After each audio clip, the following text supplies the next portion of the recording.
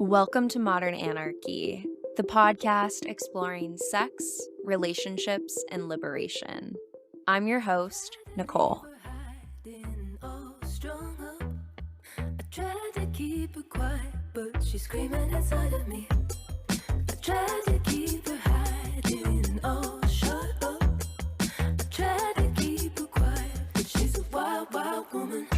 On today's episode, we have professional dominatrix and sexual fantasy coach, Artemisia de Vine. Join us for a conversation about the erotic psyche.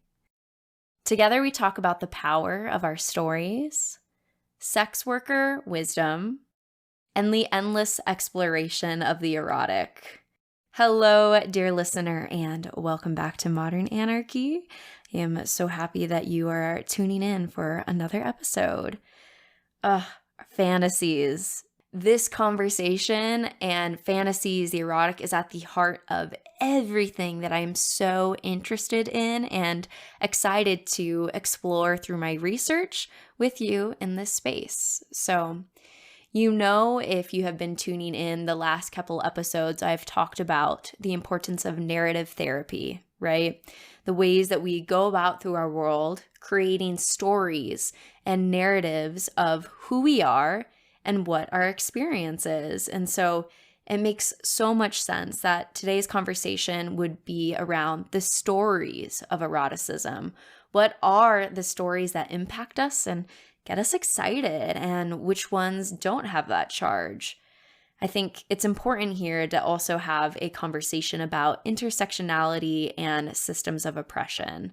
It is impossible, whether we're talking about erotic stories, non-erotic stories, to live in this world and not be impacted by systems of oppression.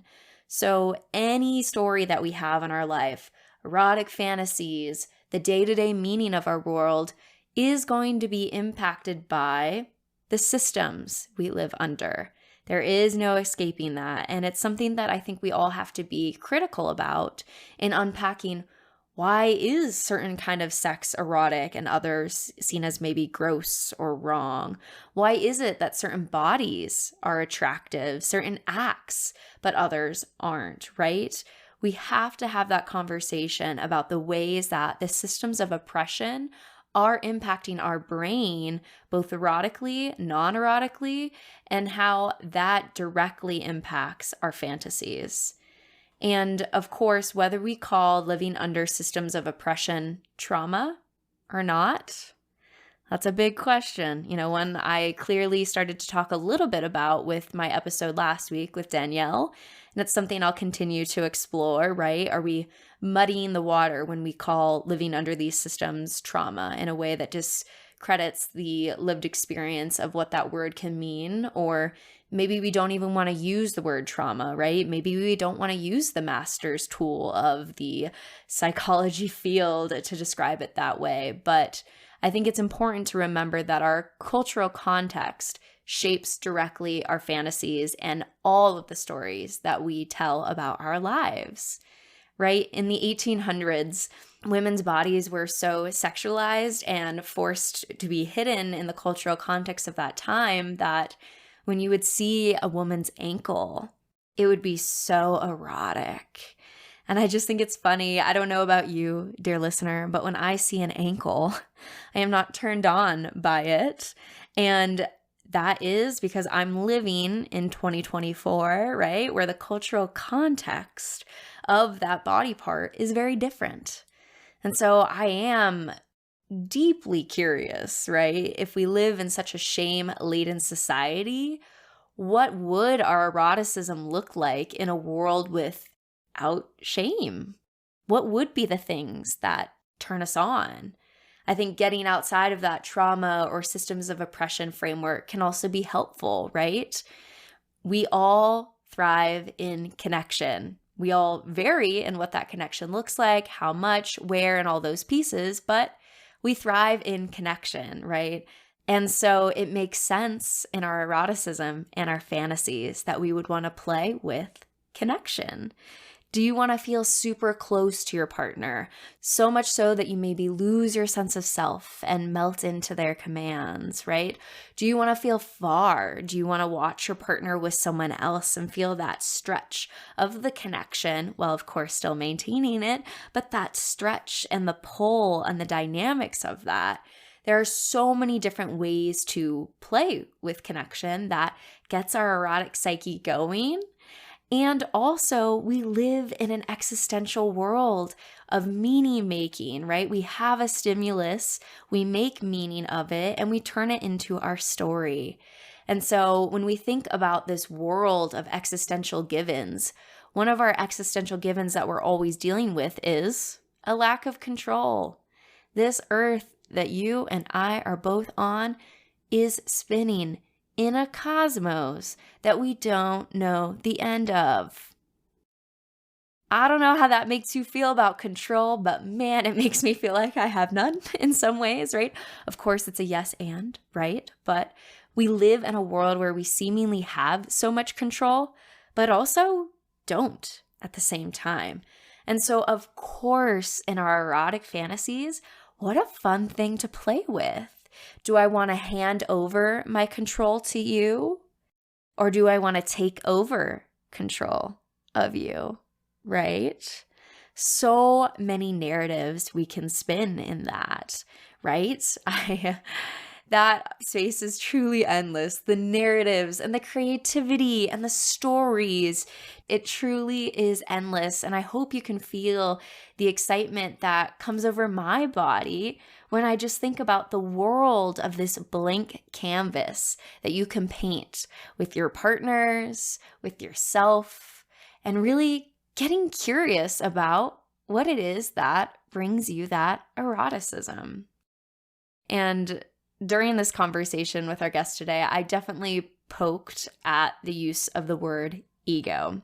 Now, I had just gotten out of a meeting prior to this recording where I was with one of my colleagues at my school, and they were conceptualizing a client, and their whole conceptualization was, oh, well, their super ego and their ego are actually in conflict and yada, yada, yada. And I was just scratching my head like, wow, like we still talk about this like it's some sort of internal, puppet that is controlling the scene rather than the, wow, yeah, we are shaped by systems of oppression that tell us what is okay and what is not okay within our cultural context that create relational paradigms of how we show up and relational patterns, right? It's just mind-boggling to me that we still go back to that id, super ego, and all of that sort of context. And it sounds like that's not at all what today's guest was talking about, but it was hard for me to hear that word given the critiques that feminist psychology has on that word specifically. And so I was thinking about other words that might even be helpful when we're thinking about enjoying playing with connection and control. In my work with psychedelics, we often work from an internal families system, and they talk about the manager, right? That part of our psyche that is always trying to control, make sure everything is going exactly right. Maybe another word for that would also be our default mode network way of thinking, right? But in these moments of connection and eroticism, we're talking about stepping into a flow state.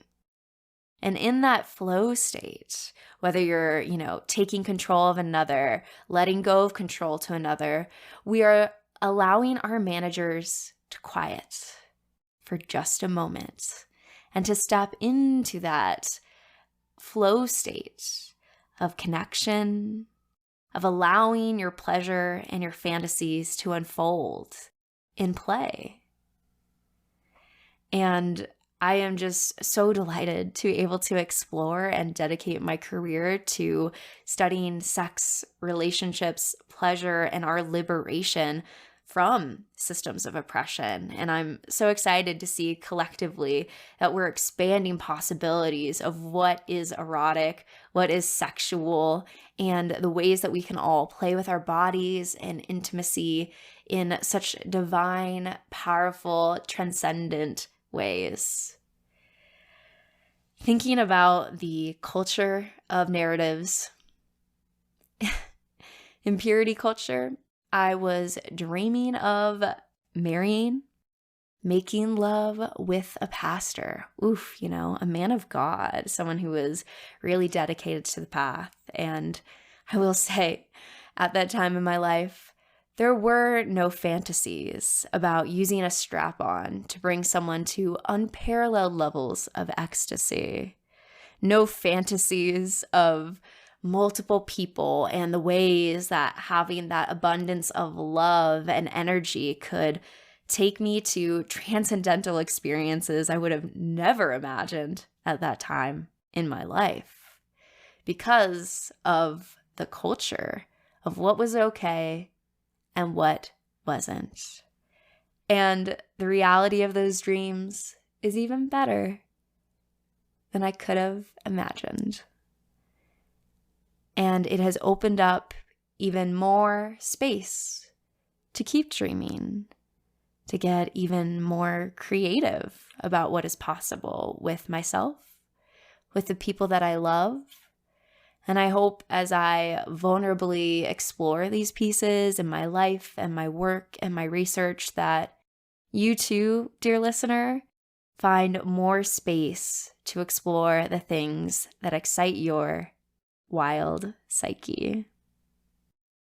This is certainly not the end of this conversation of fantasies, eroticism. I have had so many episodes that I've recorded with you that are going to be released this year talking about these topics, and it is my life's work, and I am excited to be here with you in this space. All right, let's tune in to today's episode. So then the first question I like to ask each guest is, how would you introduce yourself to the listeners? How would I introduce myself? Well, I'm a former sex worker and professional dominatrix, a recovered purity culture person who was brought up in extremist breakaway Seventh-day Adventism. Quite cult-like, really. So it is. Yeah. Yeah. Yeah. This particular version had the whole gamut of being locked away from the rest of the world as well. So there's that. But I'm also now a sexual fantasy coach. I am somebody who specializes in the erotic psyche and how it works. And I have a brand new theory about that. Therapists are eating up. In fact, 2/3 of my clients are therapists and other sexuality professionals.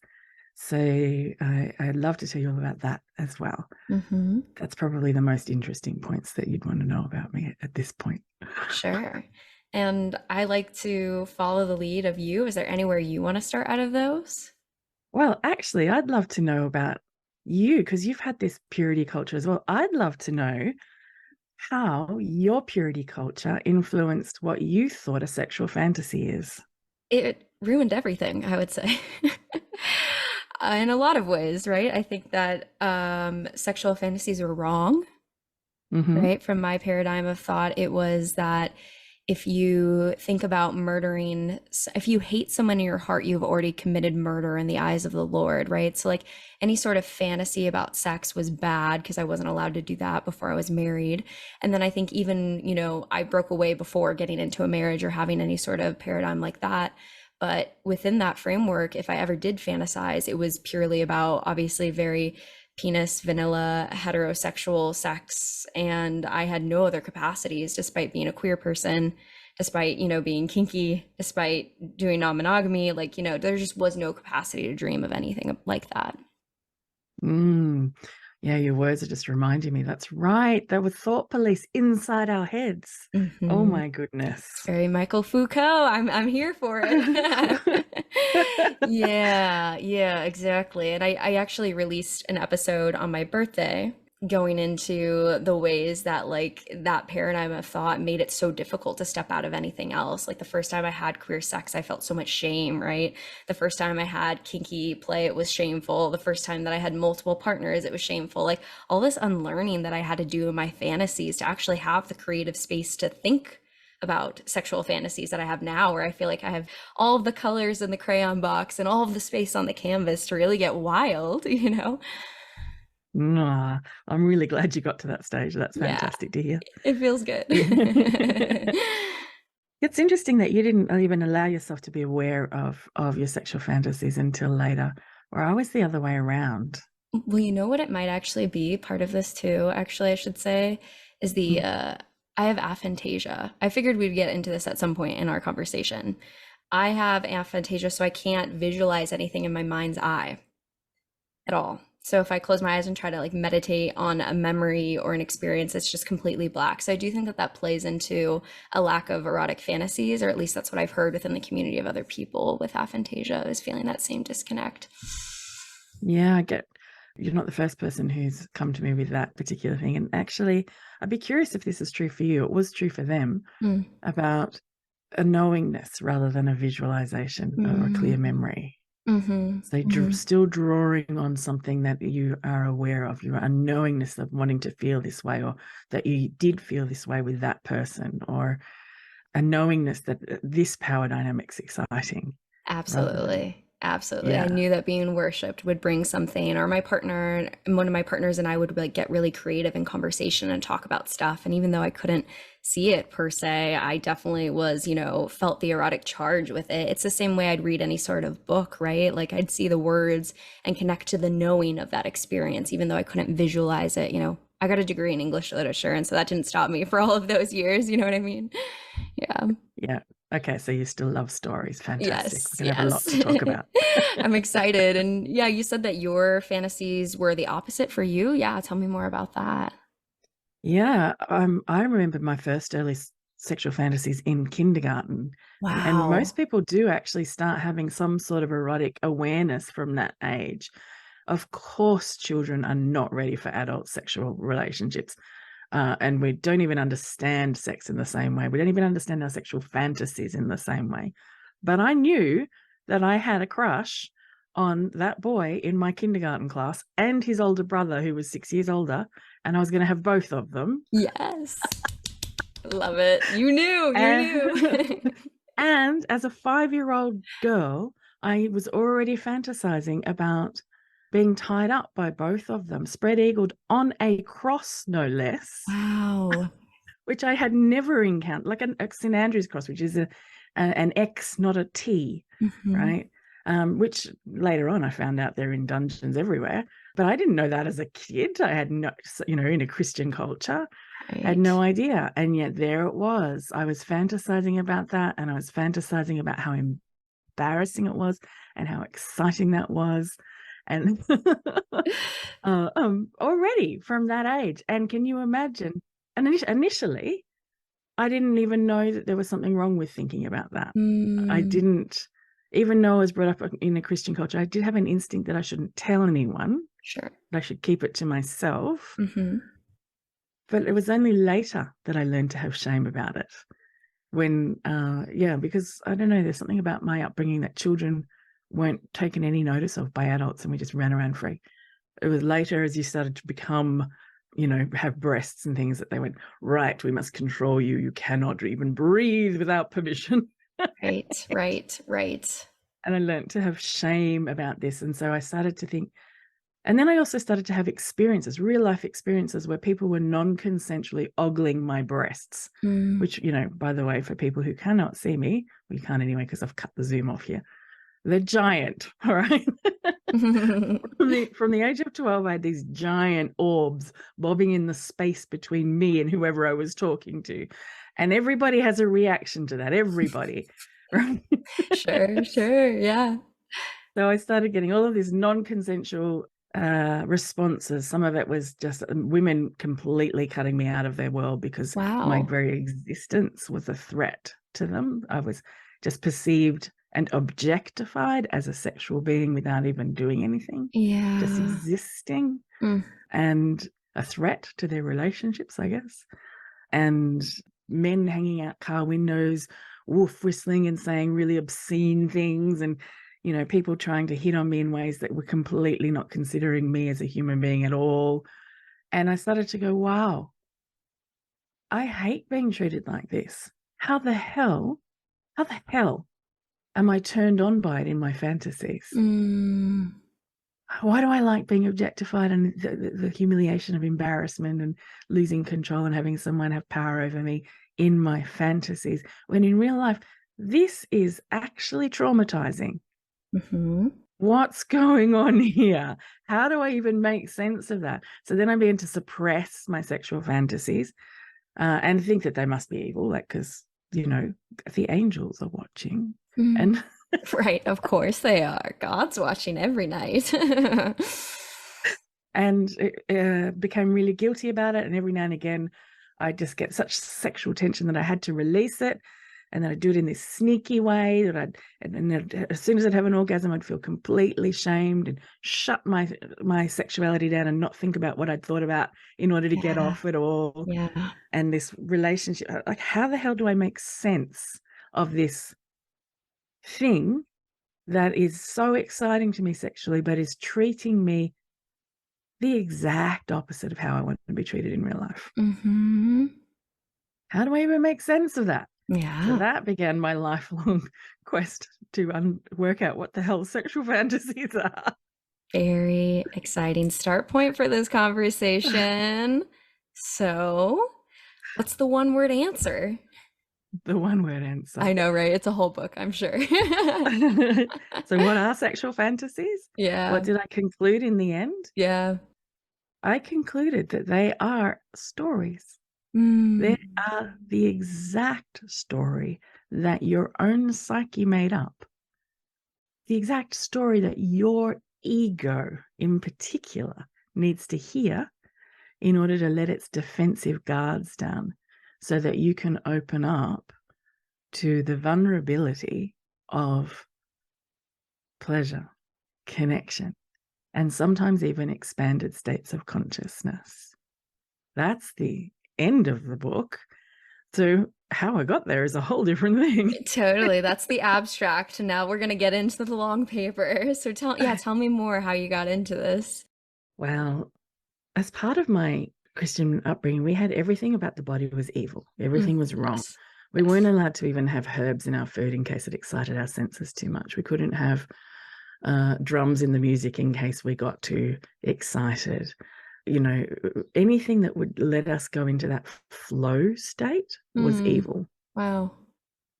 Right? So anything that would go through our senses and into this play of flow, the devil could get in if you went into that. So, you know, you have to stay locked in your intellect to keep safe, right?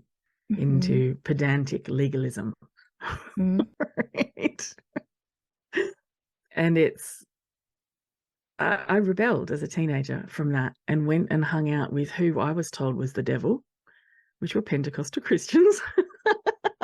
Of course. And they were having ecstatic experiences. And they were singing songs of praise, which is a way of opening your heart, right? So making your heart feel big and glowy in your body.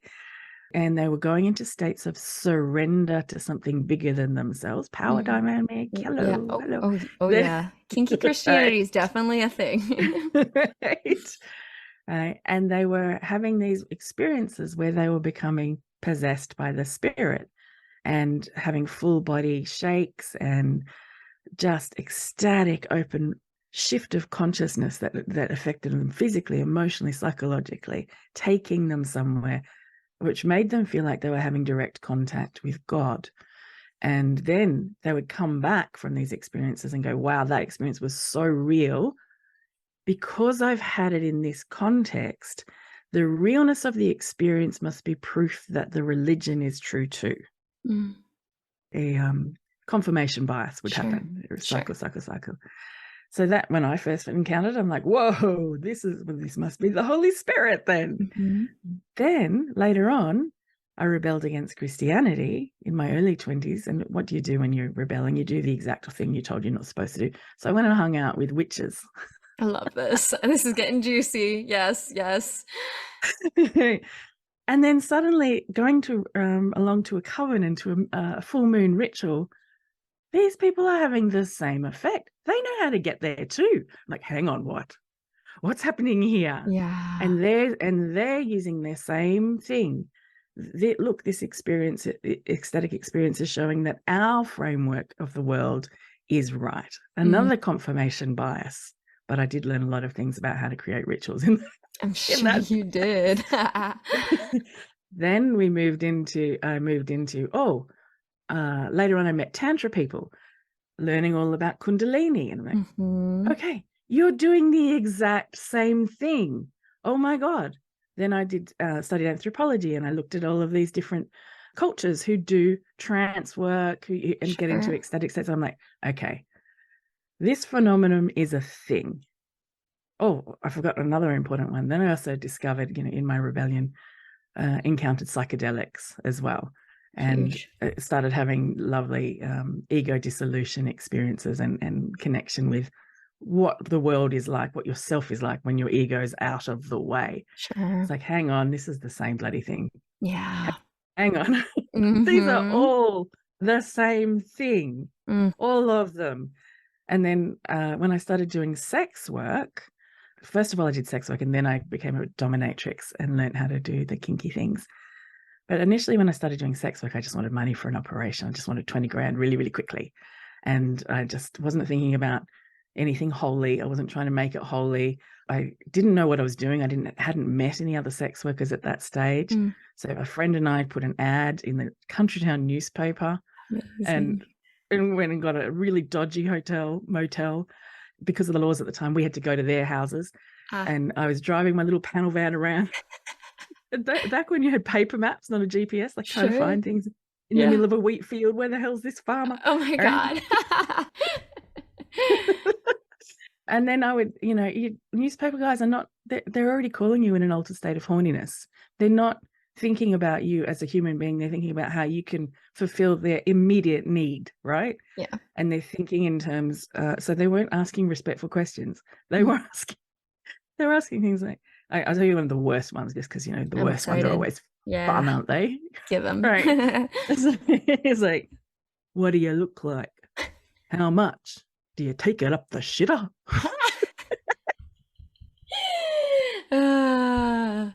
Wow. And so, like, I could tell this guy to stop being a crass dick, or I could go get some money, and who cares what he thinks? All right. And so I went and I got in my little panel van and found his house, and I turned up, and it's actually a really neat farmer's house, and there's lavenders in pots on the doorway, and actually there's floral curtains, and I'm like, huh, what's going on? And then and dogs barking, and he opens the door and he looks at me, and suddenly there's a real human in front of him.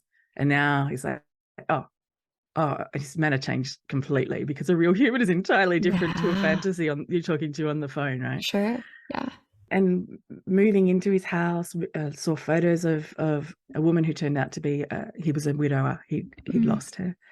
And anyway, we went up to his bedroom, and neither of us had any intention of having any sort of holy sex. It was smut from the go, right? Yeah. It was like, you're going to need, I want money, let's do it.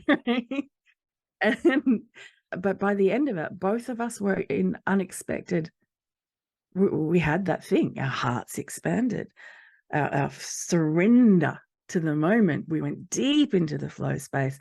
Both of us were crying. Wow. Just crying. This is take it up the shitter guy, right? Yeah. Wow. Which I didn't, by the way, but that's okay. Sure. But it doesn't matter. But yeah. I didn't. And he looked at me and he said, wow, I had no idea that I could ever feel like this again since my wife died. In fact, I never felt this before. I've never felt this before. I didn't know I could feel like this. What even is this? Wow. And I knew what it was from my other experiences, but I did not expect to have it there in that sort of context. Right. I did not expect that at all. And so I wandered off, and we never saw each other again, and that was that. But I began a quest to work out, I'm now interested. I'm not just interested in getting my 20 grand for an operation. Now I'm interested in working out how sex works. What's going on here? How does it work? How can I access this on purpose? And this is when I did I learned from experts all around the world. I learned the Tantra stuff. I learned the somatic embodiment, sexology work. I trained as a professional dominatrix. I worked as a private escort and worked in brothels. Learned erotic massage skills. Did all of the things, right? But none of them could answer why sexual fantasies, smutty sexual fantasies, were taking us to that place. Even amongst the kinksters who know that you can get into subspace, who know that you can get into endorphin rushes and that sort of thing, could not explain what I was talking about. And my kinky clients later on came to see me in the Divinery. Eventually, I set up this whole play space in Sydney with multiple different rooms for themes, and a dungeon and a massage room and cross-dressing room and all of the things. Yes. And my clients actually named my play space the Divinery because my name is Artemisia de Vine. And they said, well, it just feels like we're divining, divining for water, divining inside ourselves. When we come here, we're divining the erotic. So we'll call it the Divinery. That was cool. I love that. They would say the same things. I mean, I kept a diary of the kinds of things that they would say after the sessions, the smutty sessions, the kinky sessions that I was doing, that I would kept stumbling across these spaces with them. And I thought, nobody's going to believe me. Nobody's going to believe me that they're saying this. I'm having these, what even feels wholesome. Like it feels like the most profound thing you can experience. And here it is, doing erotic massages, doing a classic style sex, doing full-on BDSM, all from following their fantasies, always following and trusting their fantasies, recognizing that there was something in that was a map leading somewhere important inside of ourselves. It's like, oh, so I don't know. Are you interested in having me read a couple of their responses? I know all the listeners would love to hear the juiciest ones you have. Yes. All right. Well, I'll read some and see how you can stop me if I get too carried away, because it's my favorite geek out stuff. So go for it. This is about 3 sessions I did in a row that show that following someone's unique wiring takes them somewhere beyond where they thought possible, outside of their mind and outside of time. Okay? I mummified him completely, depriving him of movement and sight. The only thing exposed was his genitals and nipples. I then spent a couple of hours alternating between pleasure and pain, whispering words designed to trigger his particular psyche at just the right moments. Relentless, till he fell out of his mind and time. Afterwards, he said, that was the first experience I've ever really had of being pushed past the boundaries I knew after 25 years of BDSM. That was breathtaking. His face was unmasked in awe. I didn't know. I had no idea. All this time, I thought it was about what made me feel horny and made me feel subspace. But this, I don't even have words for this. I couldn't have cared less if I came or not. It was beautiful, he said, gently crying in the afterglow, his head on my lap. I stroked his forehead as I hummed, and I felt my soul purr. His session was only one of 3 today. The other 2 also left with unexpected erotic discoveries. You nailed it, said client number 2. You just got inside me and, well, got me. You should write a book on the psychology behind this, because clearly you really have some incredible insight and Yes, I bloody well should, I replied. Yeah, hell yeah, you did. Client number 3 just beamed and grinned, fit to split his face. But I tell you what, it's not all nice. Humans are humans, right? Mhm. Humans are annoying. So it's not like we started off, like, just like take it up the shit guy. It's not like we started off in this space. We moved from one state to another by following the map inside the fantasies and trusting that his own psyche knew the way. It knew there was something there, something really important there. It was a story. Mhm. I have more I could read if you want, or shall we? What do you think? Up to you. I can definitely respond to it, but if you feel like there are any more that you feel are like just like juicy enough that you want to drop, go for it. All right. Lucky I was in a good mood because he was one of those white boy geek guys who had to pretend he already knows everything you tell him. It was clear he didn't already know, but his automatic ego self-protection mechanism was to pretend he did. He seemed terrified that if I could actually teach him something about his own eroticism, or anything at all really, I might have power over him. Well, our ingrained survival tactics aren't logical. Mine certainly aren't. Still, he was irritating as all fuck with his one-upmanship and know-it-allness. Enter my special anal massage. Managed to get his defensive ego out of the driver's seat and let another experience come to the fore. That's a really big part of the art form of this anal massage, and actually all erotic experiences. It is so much more than just getting in touch with the right technique.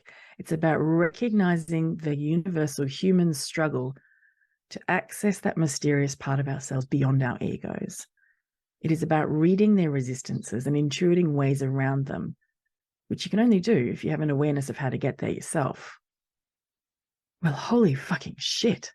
Well, holy fucking hell. Wow, he croaked at the end. That was incredible. I mean, it still is incredible. Even though I've come, I'm still feeling it. I'm floating. I'm tingling all over. This feels a lot like 2CB and acid and MDMA all mixed together. Mhm. This is wow. Yes, it does feel a lot like that, doesn't it? To me, it feels like I'm more real, more fully me, with access to more levels of myself than I normally am aware of. It feels like a great big embodied reminder of what life is really all about. That's what I said. He said, yes, that's it. So good. Amazing. Yeah, I remember the first time I was like playing with rope and feeling that subspace, and I was like, this feels like cannabis. Like I've felt this feeling before, right? I know what this feels like. So yeah, absolutely. And yeah, from the psychology side, I'm just thinking about the like existential narratives that we're always creating, the meaning making, right, of our experience, and how we do that in story, right, through all the different archetypes and narratives and characters. And like we are actively doing that each and every day, right? Like I have a narrative of my own life and meaning making and how I showed up here and what the partners in my life are doing and the roles. Like it's all, now we're thinking narrative therapy. They all start to kind of get real close together. So then of course, in the erotic space, it makes so much sense that there would just be such a plethora of space to be able to explore meaning making and narratives and what it can do for you. So, like, yes, there's just so much up in there, and psychology doesn't even get into it at all. It's crazy to me. Well, it's interesting that people do turn to psychologists, though, to be the experts of the mind. So if the media wants somebody who's an expert in sexual fantasies, they will look for a therapist to speak or an academic to speak, rather than somebody who has lived experience and a framework to explain it. And it's not cutting it. Which is It's dangerous. yeah. I would call it dangerous, right? Because until the DSM-5, BDSM, kink, all of that was pathologized. And obviously, the reality is that still it is in a lot of bias that the clinicians hold. But in our holy book of diagnostics, it was a diagnostic criteria, a diagnosis to have, just like homosexuality was, right? Like all these different things that if we put all of our faith into the patriarchal society, the patriarchal power of the field of psychology, we can have really serious harm because Yeah, of I the think so. ways of the bias. Yeah, it's crazy. Yeah, I do. I am quite concerned actually with Hmm. the stories that I hear from my clients that they've heard from their therapists. And most therapists have no intention of harming someone. They really Of got into the work course. because they're really invested in the opposite of harming people, right? Right. So it's not the therapist's fault, but there's no training or support available. And this is one of the things that motivated me to, well, I'm writing my book on the value of sexual fantasies. So I'll tell you all about how my theory works and you can learn how I did things. I'm also doing a second book, which is a collaboration from sex workers it's about the thought leadership of sex workers, Very the cool. wisdom that has come from living the experience itself. And we're calling it SWISDom, sex worker wisdom. Cool. Very cute. Love So that that. so we're creating our own home court. Like, so we Mhm. want actually people to recognize that while it is still very important to turn to therapists and psychologists for things of the mind, there's also another home court, which is just as valuable and should be listened to. And some of the thought leadership that's come out of sex work is phenomenal. Oh, yeah. Some of the consent conversations that we're having are all owed to the wisdom of sex workers, actually. Absolutely. Like, Absolutely. there's a lot in there. Yep. My Um, favorite conversations have been with sex workers on this podcast because they know a yeah. space of healing. Mm. Those Yeah. stories that you were just sharing are like literal healing stories of embodiment and pleasure and connection. It's healing because it's realizing that your sexuality wasn't wrong in the first place. But I also want to, like, you're right, it is healing to have that happen. Like, wow. Yeah. But it's also, I want to move away from that whole healing narrative. That's actually what's different about my theory and my framework, my lens that I'm looking at, is because the people who've written about the erotic psyche, how the mind works, have been therapists, and they've looked at it through the lens of Trauma. trauma, what happened in Yeah. your childhood, unfinished business in your childhood and your adolescence. They look at it through that lens because that's what the lens of therapy is supposed to do, right? My lens is through the lens of a writer who knows how stories work, how stories change you. If you go and see a movie, if you read a book, you feel emotions along with the characters. You get goosebumps, you cry, you laugh, you fall in love, you feel terror, and you change with the characters. All stories are about encountering a theme, having a desire and trying to reach it, probably misunderstanding what your own real desire is. Most characters do and change partway through the story. Sure. All right. So having a desire-driven motive, having obstacles in the way that need to be overcome, and getting to your climax of some sort. It could be a happy ending, it could be a sad ending. But it is all about focusing on a particular theme. So you're looking at Lord of the Rings, The Hobbit. Initially, you wouldn't think about this as a theme. It's kind of like unconscious, but it's there. There's a theme of home. The Hobbit's home, that is so important to the Hobbit, and the choosing between the comfort zone and going on an adventure. Right? The dwarves have lost their home, and like all of them have got themes and how they're reacting to home and trying to create home for themselves. You've got different characters responding to the same things in different ways, and we as readers get to practice encountering different ways to responding to one theme by going into the story and feeling it with them and experiencing this, right? So then sexual fantasy is actually the same. When you start looking at it, you start looking at the themes inside of it. I go, okay, I can start with. Anyway, let me back up a little bit Yeah. before Yeah. we go too Sure. geeky into how that works. I want to explain a concept about how this all ties together first. I said that sexual fantasies are the exact story your ego in particular needs to hear, because sexual fantasies aren't like normal stories in the books. They're different. They've got a noticeable difference. You can feel that's a smut story and that is a non-smut story, even if it's got sex in it, right? You know that it's got a different rhythm, a different cadence, a different kind of theme, a different kind of logic to it. And there's a reason for that. It's because this story is trying to achieve a very particular thing. It is trying to let your guards down. So keeping in mind that I'm not a therapist and that I am using metaphorical models, not scientific models, I'm all about the stories, right? Sure, sure, sure, sure, sure. Keep in mind that. Let's use a very simple definition of what an ego is. Yeah. An ego gives you a sense of self. Without it, you do not have a sense of self. You just sort of blur into everythingness. Right? So it gives you this, which is actually really useful to blur into everythingness in certain circumstances. Sure, sure, sure. Hint, right? Yes, yes. Right. But this separateness, it keeps you separate. It gives you, it's really concerned about your self-identity, who you think you are. I am an intelligent person. I'm a good person who considers others. I am, like, who is my identity? Ego is very concerned with protecting who you think you are. It is also very concerned about your self-worth. So self-worth is, I am how other people value you. I am desirable because I'm beautiful. I am worthy of being paid because I have a unique idea. Like all of this self-worth stuff that ego will get very threatened if any of those things get threatened in our lives, right? And the other one is status. So it's the 3 S's, status. And that is how you fit into society and rank in society. And our ego will get very defensive if somebody pushes you down, so it puts you down. So, just think in terms of how annoyed you get if somebody, did you just patronize me? Did you mansplain to me? Who do you think you are? I need to put you down into your place because you think I'm beneath you? I'll put you down. That's how the ego responds when it feels threatened in status, right?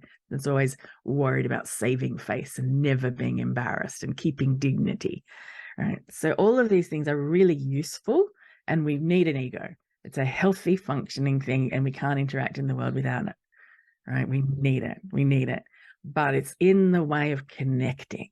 Yeah, I guess I disagree with the idea of the ego. I don't believe in it per se or use that sort of language, especially given like the Freudian nature and like how it gets complex and has such a history of like being known as like something that the psychoanalyst would be able to read of the client and stuff. And for me, I guess like I see that drive as of like wanting a concept of self as really reflective of Western culture of like this idea of the self rather than the collective, and like different centuries of people existing with more of a sense of self that was community based rather than the self, and like these pieces of self-worth and saving face as like the desire to stay in connection. So I don't know, I don't get too much into the ego as much as maybe other people, but I think that in the same space we're talking about the connection, like you were talking about it being staying connected, and that's kind of where I try to come back, that all of us want to be connected with one another rather than like this ego drive that's up in the psyche running us per se. Okay, yeah, cool. Well, I agree with you that the cultures definitely have a massive Huge, impact on the idea of what an ego is, or if it even exists. Right, When I yeah. start watching all of the stories, because I'm all about the stories from Yeah, other cultures, you have to reframe everything. It's like, oh, hang on, totally. that base assumption I thought about that is just not there. I've got to rethink about the collective instead of self is the most important thing. Wow, what's that like? Trying that Mhm. on with stories, Right. right? So yeah, Absolutely. I agree with you on that, but I think that it's a really useful lens to temporarily put on, Mm. because there is a state when you are defensive about these things. You are defensive about your sense of self, and you are defensive about your identity, your self-worth, and your status.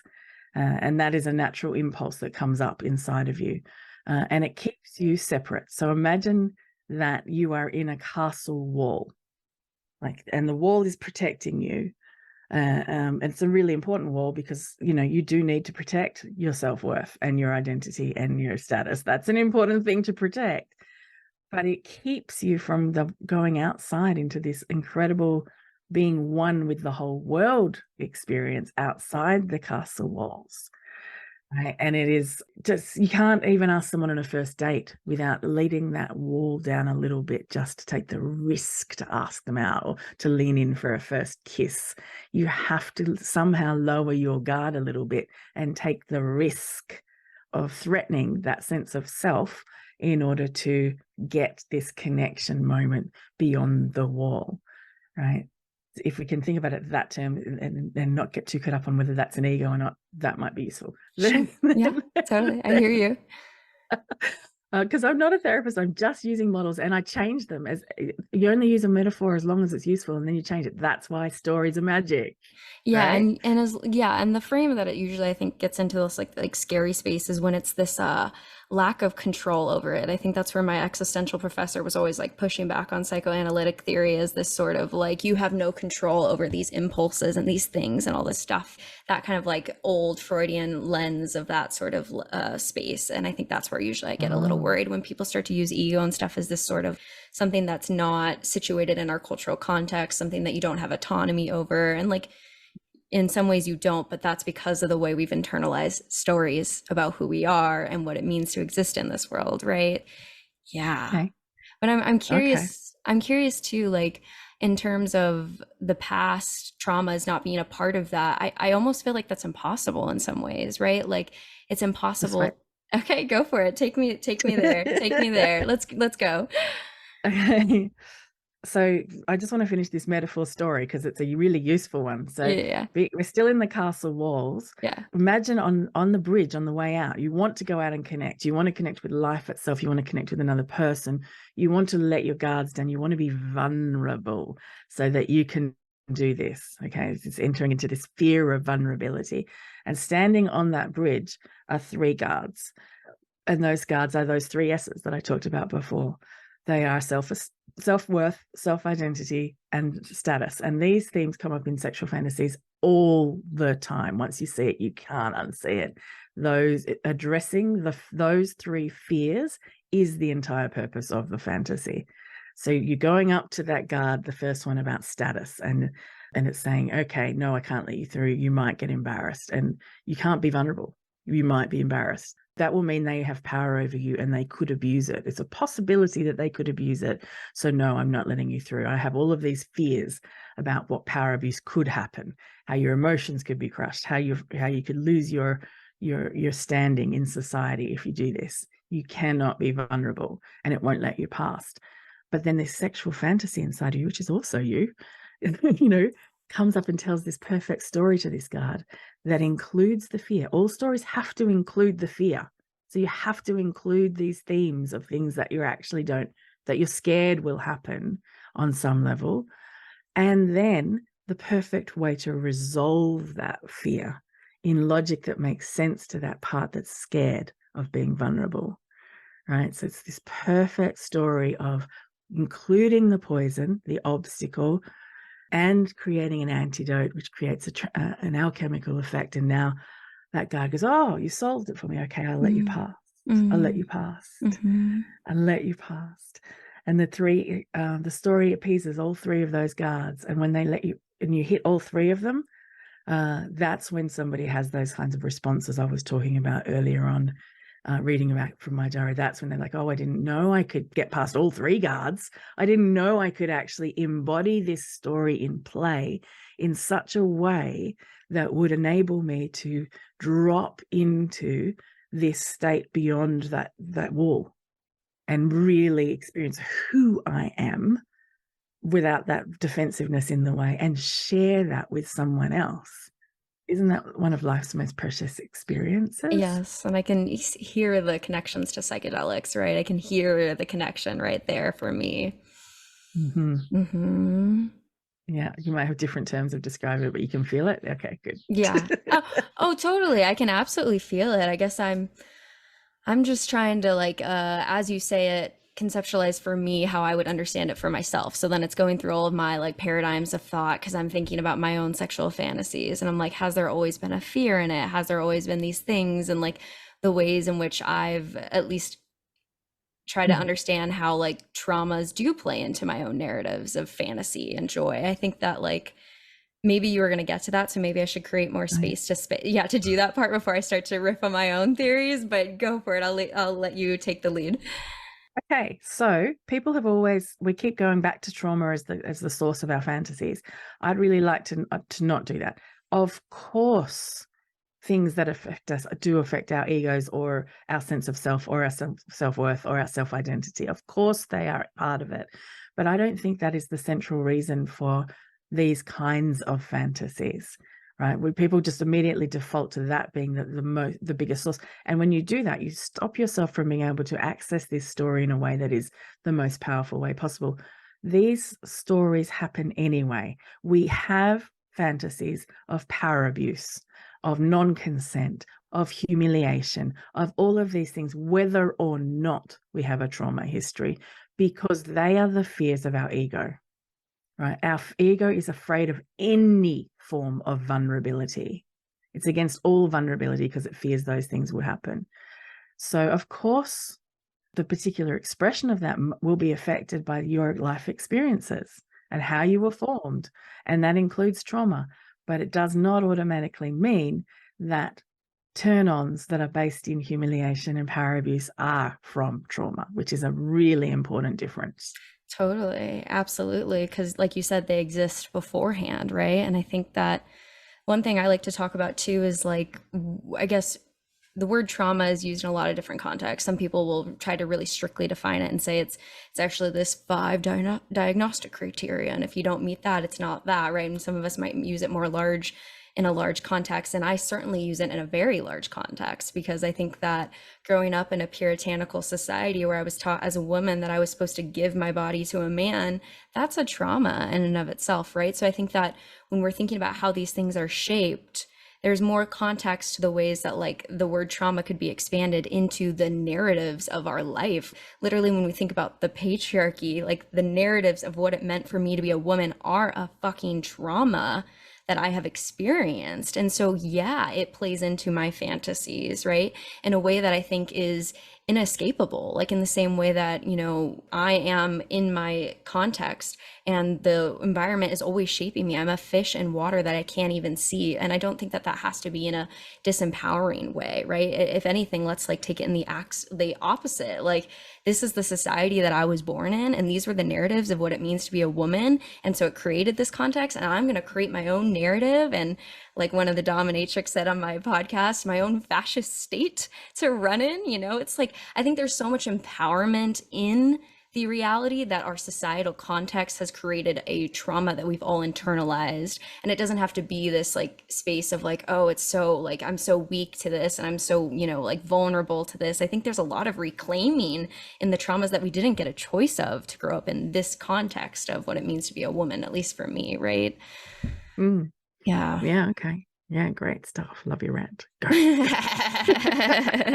That's my context. All right, that's really good. I found it really helpful to stop thinking in terms of trauma for myself, even though you could very, very convincingly point to lots of things in my life traumatic, right? I found it useful to let go of that and think in terms of, okay, I'm using my eroticism as a way to process all of life and what it means to be human. I love that. And what it means to be human is to not always be in control, to have things happen against that you don't want to happen to you, like a tornado can come through, like a car accident can happen, or your boss can not understand you and not give you a promotion. Like, things happen outside of your control, and that feels shit. Yeah, it does. Right. So that part of processing that is through story, is through this narrative that goes, okay, you had this powerless experience which stopped you from letting go into this flow state, into this complete space of no self-doubt at all, into this space of just pure being and connection with something that feels much bigger than yourself and another person, this feeling of awe and wonder that you're even alive. You can't access that while you're feeling this powerlessness that is a natural, normal part of being human. So here's a story to transform that, so you can now temporarily enter into this other place where you have no self-doubt and you're not thinking at all, you're just feeling, you're just being. the kind of freedom of a dog running madly in the park without any self-consciousness at all. That kind of freedom of just being in a body for the joy of play, that place. Absolutely. Absolutely. Yeah, in our existential world where we have literally no control over things like that. Like we seemingly have control of our world, right? And then something happens and your whole life changes, right? We don't even have to go down the path of all the dark things that can happen that are outside of our control. But like you said, that reality creates a persistent desire for control, hence the ability to play in your narrative and with other people with the eroticism of that. Right. I like what you said about taking it out of the frame of trauma and into a space of understanding the world and play through narrative. I think there's a lot of power in that. Thank you. Yeah. I found that as a dominatrix, there was two ways in which I could get that. There's two main ways. I know you don't like the word ego, but hey, I'm going with it. Go for it. The two ways to get an ego to stand down so you can feel what it's like to be, who you are beyond it. Yeah. Right. One is to make your ego so small that it lets go and it becomes safe. But you become the submissive. You become the one that is being done to, the one who's being objectified, the one who is serving somebody else's needs, until you let go and it dissipates and you have this experience of being nothing and everything all at once, right? And this other way of doing it is to build your ego up so big. Oh my God, I'm the hero. I am Superman, or I am God. Of course, my golden shower, is valuable and you should drink it and pay me for the privilege. Of course, I am the goddess of the fucking universe. Oh, now my ego is so safe, it also dissipates. I've got no self-doubt. And now I've got beyond the wall that way. Now I'm here together with this other person playing in this wonderful place. So this is, Yeah, two ways to be able to get to that same state of disillusion, like you were talking about earlier, right? Yeah, dissolution. Yeah. So let's think of something that doesn't seem like it's going to be holy at all. Let's think of a common fantasy, which is cuckolding fantasy, right? Any gender can have this fantasy, but let's go with a heterosexual male it's his fantasy, and he's got a partner and he is very excited by the idea of her denying him sex or and not being interested in having sex with him, but having sex with everybody else and rubbing it in his face about how their dick's so much bigger, how they're just so much more, they satisfy her in every way that he couldn't. They've got all of the manly man symbols that he doesn't have, all of the things that he fears he couldn't possibly be for her, to fulfill her, right? And he gets very sexually excited by her humiliating with it, and she might make him, lick up the cum from her pussy from after somebody else with a much, better dick with much better sexual prowess has left there for him, and he can feel the humiliation of that. And that does not sound like it's going to be a place that takes you to this wholesome thing I was talking about before. Sure. Yeah. Right. In our context, in our world, right. I think we're rewriting that world. Yeah. But actually, if you look at it as a story, it's literally included all his fears. Just like I said, like the guards standing on the door. You're not good enough to feel sexual pleasure. You're not, your dick's not big enough. You're not manly enough. Your identity is not enough for her to be satisfied. All of these things that are stopping him from feeling as though he can connect, his self-worth, right? It's there. It's really clearly there. But then the story solves that for him. The poison's there, but also the antidote. Because if you look at any of the images of cuckolding, pretty much all of them, he might be looking humiliated and tired and looking really tiny next to these prowess people having great sex.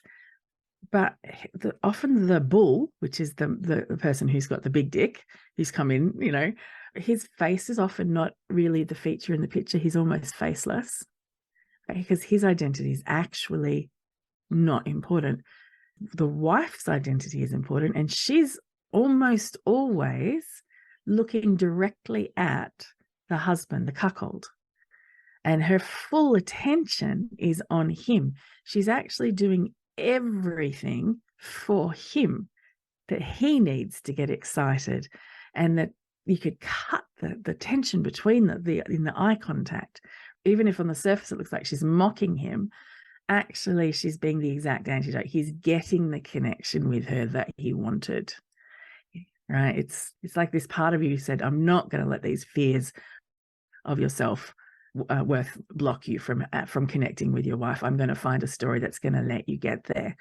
And it does, and it does beautifully. And the feeling of connection, if you go and try and live that fantasy out for real life, and you don't include the antidote, you only include the poison, you just go and fuck someone else in front of your husband, and you don't give that full attention back, the antidote's not there. It's just going to feel awful. They're going to not know why, that they were so turned on by that fantasy, and it just feels terrible. But if you include the poison and the antidote, they're going to feel so close to you, so seen, so accepted, so played with. Yeah. Somebody's seen my unacceptable psyche, and they wanted to play with it with me. Totally. I feel the most connected ever. That's where we're going So with this. powerful. So powerful. Yeah, because like those messaging, like that like internalized messaging, right, of the my dick isn't big enough, that's not the person himself, right? Or in the cisgendered example, that's not the actual person himself or his identity or any of that, right? Like that's a reflection of living in a society that has painted a world where this is the type of thing that you need, and maybe you're not meeting onto that. So then like in that moment, you're having a complete concern that we're losing connection, right? Like the loss of connection to another person is one of our deepest like evolutionary fears. So like in that world, my identity, myself is being threatened in a connection, out of connection. And then to play in a fantasy, in a world, in a scene, whatever language you use, where then your partner is making that such deep eye contact of seeing you in that experience, right? Like that connection fear is met, like you said, right, with the antidote of deep connection in that. I mean, that's playing in the shadow of the erotic, right? Yeah, it's I don't even think of it as the shadow. I think of it as just, this is how our psyches work. These are what our fears of connection are. This is how to tell a story to change it. This is how we are as humans. There's nothing wrong. This is how you are as a healthy human. You have these natural fears.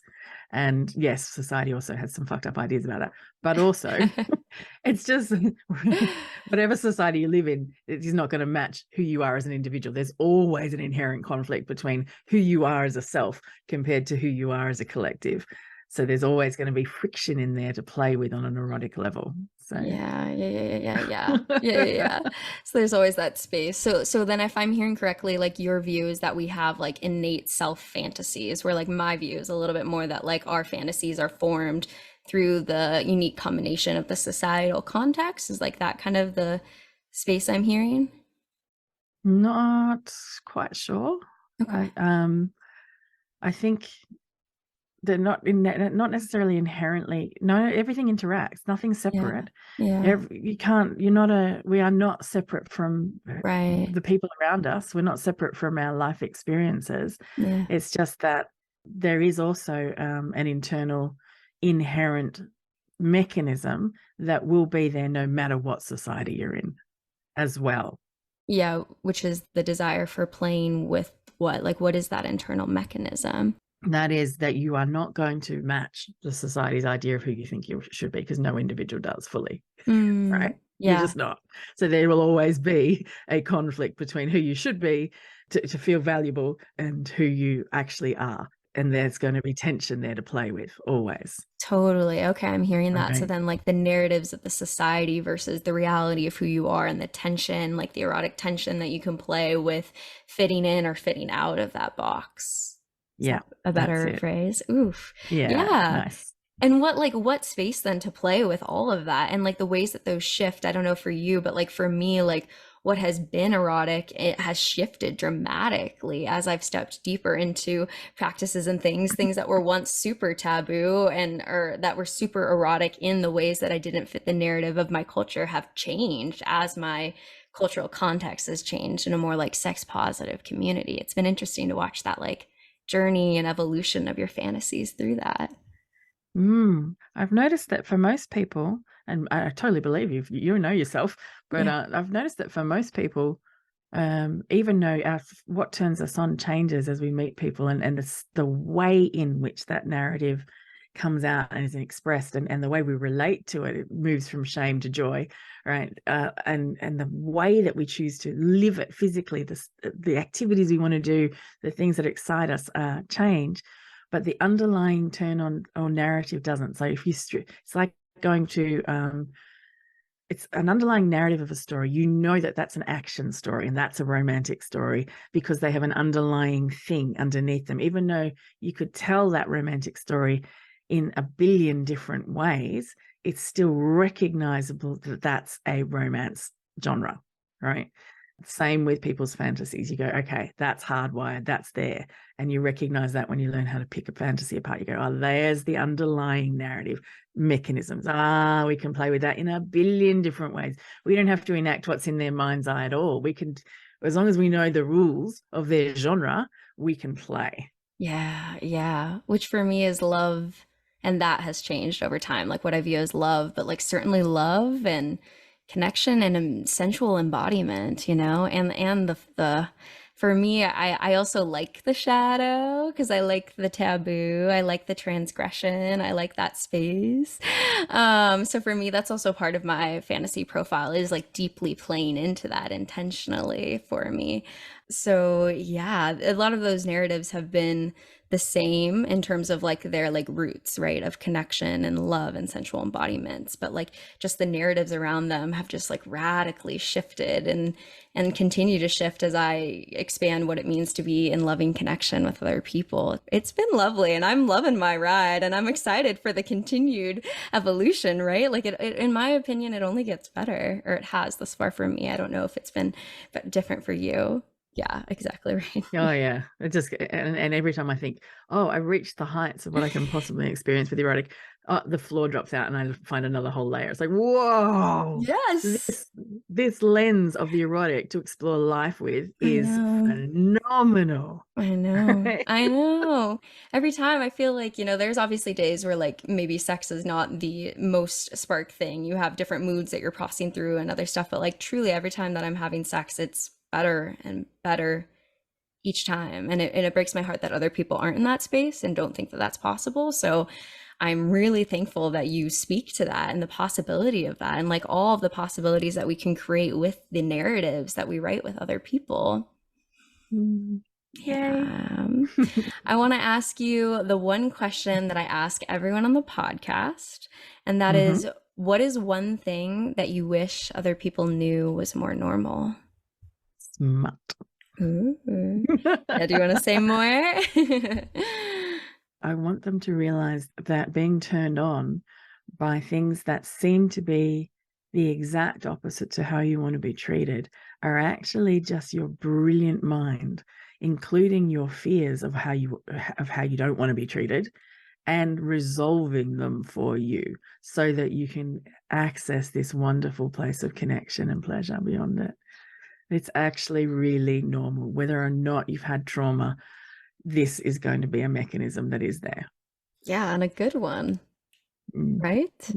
Yeah, very, I think very so. powerful. Absolutely. Absolutely. I really appreciate the frame and all of your expertise that you brought into the conversation today, and also for sharing the experiences that you've had with your journal. Those are very powerful. Thank you. Yeah, you're so welcome. Yeah. Where would you want to plug so that people can find your book and everything that you do? All right. So the best place is to keep on my mailing list if you want to keep informed about both this wisdom book and the value of sexual fantasies. But also, if you'd like, there's a free exercise so that you can try for yourself, because we've talked a lot about things today that can seem a bit heady, a bit intellectual, and it's a concept, right? If you want to get into your body, bring this out of your head and into your bed. There's an exercise that I'm giving away for you to try. And it is actually the exercise I use it's the first thing I teach everyone who does my 6 months traineeship of erotic mastery, called the divinery method. Right. Cool. So if you want to give that a try, then you can go to myfantasyis.com And that will take you to the exercise. If you want to check out more of my podcasts or blogs or coaching packages, then I'm artemisiadevine.com. And even if you spell out dodgy, it'll still come up. It's okay. Yeah, I'll have all of it linked below so people can go directly to find you. So yeah, thank you for co-creating this conversation with me. Oh, so fun. Thank you. Yeah.